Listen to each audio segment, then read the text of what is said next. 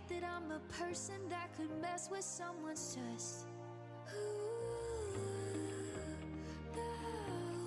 I hate that I'm a person that could mess with someone's trust. I only want you when I'm wasted, naked and Víctor, sí, la realidad es que los suelos son dos partes, ¿no? La parte, uno cree que está apoyado sobre el suelo y que abajo no está sucediendo nada, y en realidad sí hay una gran interacción físico-química y biológica.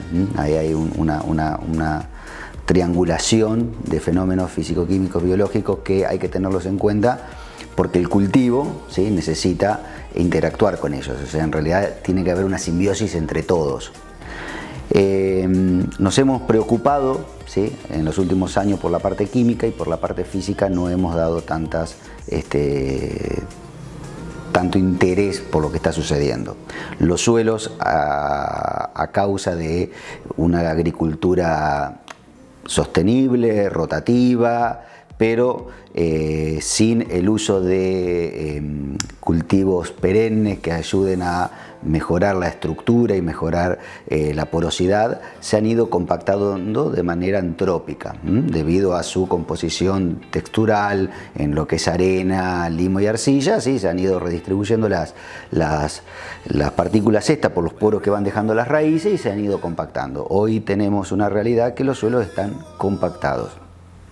Una compactación que hay que hacer un estudio a dónde está esa compactación, que puede ir desde los 2 centímetros hasta los 25-30 centímetros, y después hay una compactación natural del suelo, génica, que es por arcilla, los famosos horizontes Tafto, que en algunos lotes los tiene, otros no, y esos lógicamente no se puede hacer nada. Pero si yo tengo un problema génico y a su vez le sumo un problema antrópico, la limitante que genero al cultivo cuando le pido que crezca es mucho más. Cuando tengo efectos abióticos de estrés hídrico, tanto para arriba como para abajo, los cultivos sin poros, ¿sí?, sin aire, sin oxígeno, sin humedad, sin nutrientes, se van a ver más perjudicados. Para lo cual hay que empezar a estudiar qué es lo que está sucediendo ahí abajo, ¿sí? Uno siempre insiste mucho en lo que es la densidad aparente, para ver en realidad cuánto está pesando nuestro suelo, para en realidad en función de la densidad aparente sacar la porosidad total y ahí ver cómo puedo hacer yo para mejorar ese volumen de poros. Y ver la resistencia a la penetración, ¿sí? O sea, ver qué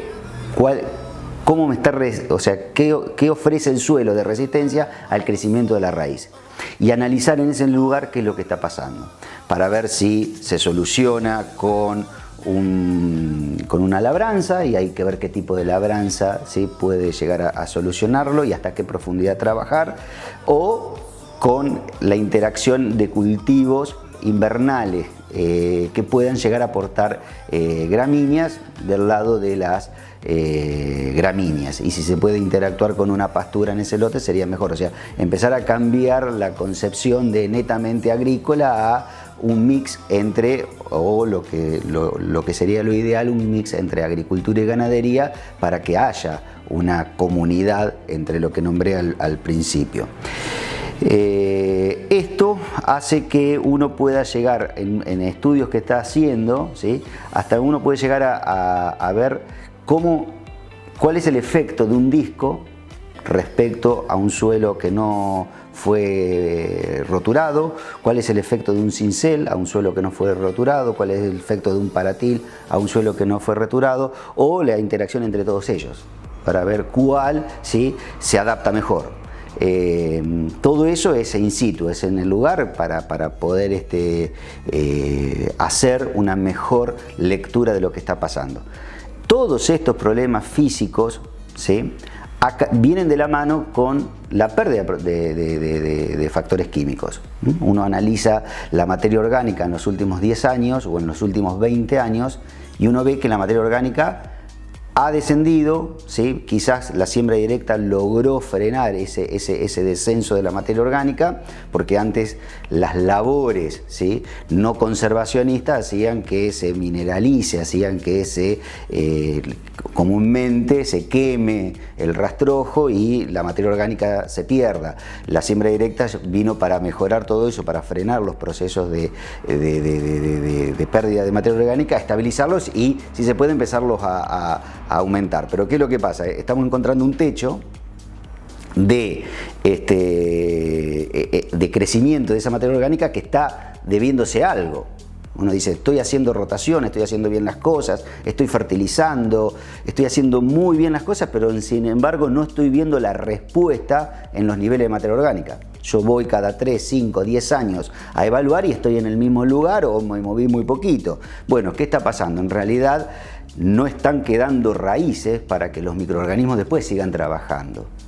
Entonces se frena todo ese proceso de humificación estable que uno busca que sucedan en los suelos, para lo cual hay que arrancar y empezar de cero y volver a resetear en el buen sentido y empezar a cambiar la concepción de decir, bueno, a partir de ahora no solamente hay una rotación agrícola, sino debería haber una rotación, si se puede, de pasturas, o si el productor es agrícola, es decir, bueno, el lote tiene que estar siempre verde, el lote tiene que estar siempre con raíces que estén trabajando, ¿sí? No solo por el control de malezas que me suceda arriba por cobertura, sino para darle porosidad y para que los microorganismos estén permanentemente trabajando y estén permanentemente descomponiendo esas raíces y generando raíces, generando carreteras por donde se va a mover los nutrientes y el aire. Para lo cual acá entran los famosos cultivos de cobertura, puente verde, nada, como lo quieran llamar, pero un cultivo que esté ocupando el suelo en el momento que no hay producción. Víctor, no es fácil, uno cree que estos procesos, porque en realidad es un proceso, es algo que empieza y que lleva mucho tiempo. Estos procesos uno cree que la respuesta es en el corto plazo, de manera inmediata, como, no sé, ver una casa que está fea, la pinté y ya está, la veo linda. Y en el campo no es así. Si estamos viendo que hay serios problemas de interacción biológica con la parte física y química, volver a que toda esa interacción vuelva a funcionar lleva su tiempo. Se agrava esto cuando uno está viendo que no está descubriendo nada, ¿no? Pero cuando uno ve que el 70, el 80% de la superficie es bajo arrendamiento y no es un arrendamiento continuo, no es que el que alquiló entra al campo y se queda 2, 3, 5 años. En realidad es un remate año a año, entonces el inquilino, cuando ve un nivel de inversión tan grande, sabe que el año que viene no lo va a tener. Entonces acá, desgraciadamente, no hay una ley de alquileres, no hay ley de suelo, no hay, y si la hay, no se está cumpliendo. Entonces acá también hay que generar conciencia en el propietario y que el propietario sea parte, ¿sí?, de este problema. Porque en realidad el inquilino viene no solamente a producir, le pagó un alquiler y quiere producir, sino le está cuidando su capital. Entonces el inquilino tiene que entender, el propietario tiene que entender que no tiene que rematar su campo por 1, 2, 3, 4 quintales, sino ver que hay un proceso que se va a cumplir en el largo plazo, que para lo cual lleva inversión, entonces tiene que apostar a esa persona y hacer el seguimiento, ¿sí? Arrancar con un examen de penetrometría, con un proceso de análisis químico de los suelos y repetirlo de manera cada 3 años, ¿sí?, e ir anualmente en algunos puntos testigo para ver cómo se está moviendo. Al productor le da su tranquilidad, al propietario le da su tranquilidad porque le está cuidando, ¿sí?, y le permite al propietario continuar con ese inquilino. Si el inquilino no está haciendo lo que un profesional le dijo que haga en su campo, tranquilamente el propietario puede decir, bueno, cambio de inquilino. Cuando uno pone en juego los cultivos de servicio, cultivos de cobertura, como recibe diferentes nombres, pero bueno, en realidad son puentes verdes que están en la interfaz entre dos cultivos que van a dar un rédito productivo, eso lleva una inversión. ¿Sí? No es solamente hacerlo el cultivo porque me dijeron que hay que hacerlo. Eso lleva fertilizantes, eso lleva un tiempo de implantación. Entonces eso hay que respetarlo. Hay que respetar cuándo tengo que hacer el cultivo de cobertura o cuándo tengo que hacerlo el cultivo de servicio y cuándo lo voy a retirar. Si yo estoy liberando el lote porque la cosecha es en abril, mayo de maíz y el alquiler fue en mayo, el productor que va a continuar con esa estrategia tiene que saber que el lote es de él.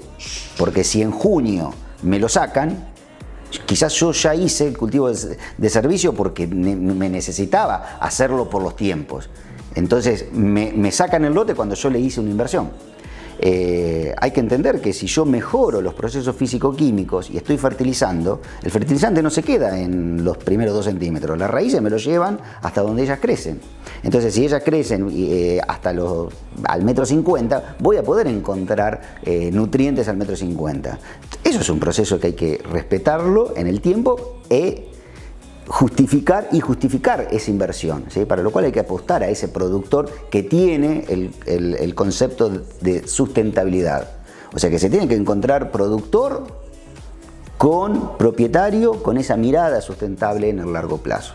¿Sí? Y no descansar solamente en que por los problemas económicos yo necesito tener dinero lo antes posible. No, en realidad sabemos que vivimos en la Argentina, pero que el productor y el propietario se junten en una misma mirada en el largo plazo.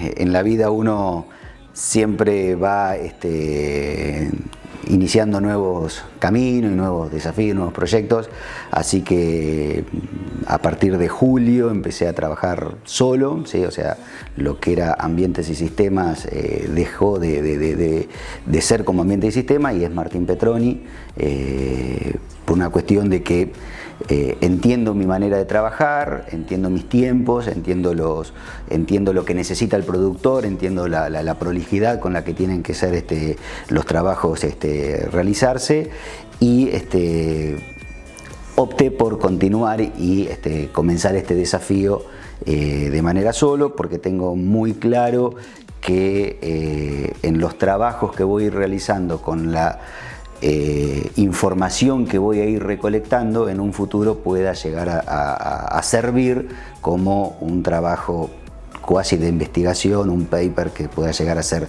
devuelto a la sociedad y ese proyecto que lo tengo en la cabeza, que lo quiero desarrollar en un plazo de 3, 4, 5 años, entendí que lo tenía que hacer solo, por cómo soy yo frente al trabajo, por cómo soy yo frente a la devolución de los trabajos y cómo me hago cargo de lo que hago. Para lo cual con la parte física de suelos, con la parte de asesoramiento sigo solo y el productor con la parte química de suelos se consensa con qué laboratorio quiere tomar la parte química y se hace un trabajo en conjunto, no hay ningún problema. Pero la parte física y el cómo seguir la continúo a partir de este momento porque tengo claro que voy a ir recolectando información de diferentes lotes, para lo cual voy a zonificar, ¿sí?, lo que es la parte de física de suelos de una zona para poder entregar en un momento un trabajo de zona, ya no de lote, sino de zona, para que alguien lo pueda llegar a usar. Cuando digo ese alguien, no sé, puede llegar a ser una universidad, puede llegar a ser alguna institución que quiera trabajar con ese laburo, que uno tenga, ¿sí?, de manera certificada que está hecho y registrado, geoposicionado, o sea que podemos volver cuando querramos a esos puntos y ver lo que se hizo. Nada, va a quedar todo sentado, tengo una mirada y una idea y la quiero continuar solo.